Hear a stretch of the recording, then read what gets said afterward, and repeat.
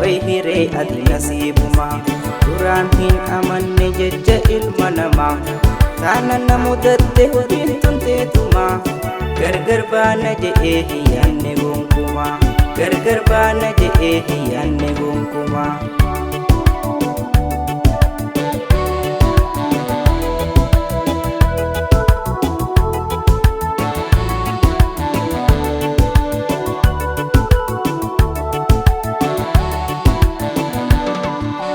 Addaan fagaanne kunoo taane duwidhaa garaa qaamaniin fagaadhe yaadni koo si biraa addaan fagaachuu keenyaaf abasiin dagadhu onne tiyya keessaa botasin dorgadhu addaan fagaachuu keenyaaf abasiin dagadhu onne tiyya keessaa botasin dorgadhu.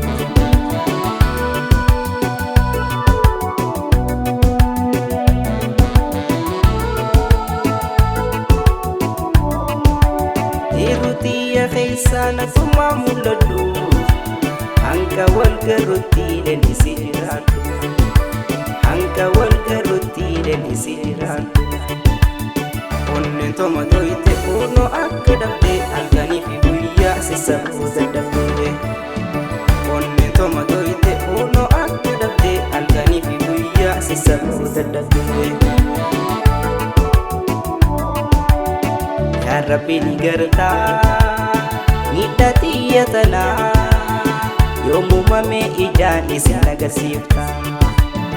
Ya Rabbi ni gartaa miidhagina tanaa yoomuu mamee ijaan isin agarsiifta.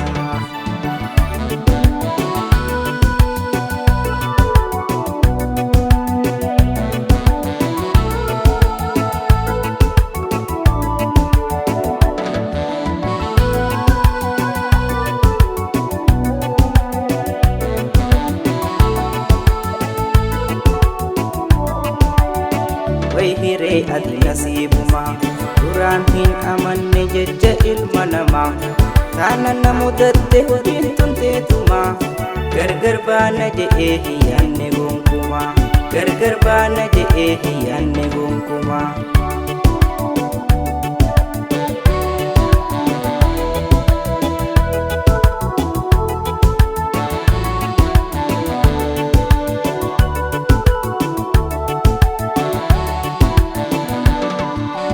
Addaan fagaanne kunoo taane duwidhaa garaa qaamaniin fagaadhe yaadni koo si biraa addaan fagaachuu keenyaaf abasiin dagadhu onne tiyya keessaa botasin dorgadhu addaan fagaachuu keenyaaf abasiin dagadhu onne tiyya keessaa botasin dorgadhu.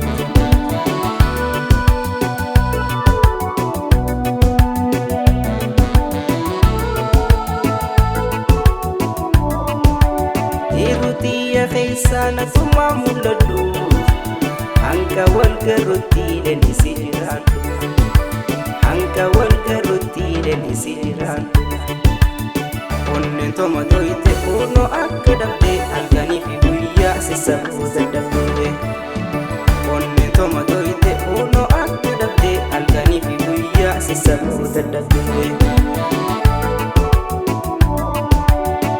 Ya Rabbi ni gartaa miidhagina tanaa yoomuu mamee ijaan isin agarsiifta. Ya Rabbi ni gartaa miidhagina tanaa yoomuu mamee ijaan isin agarsiifta yoomuu mamee ijaan isin agarsiifta.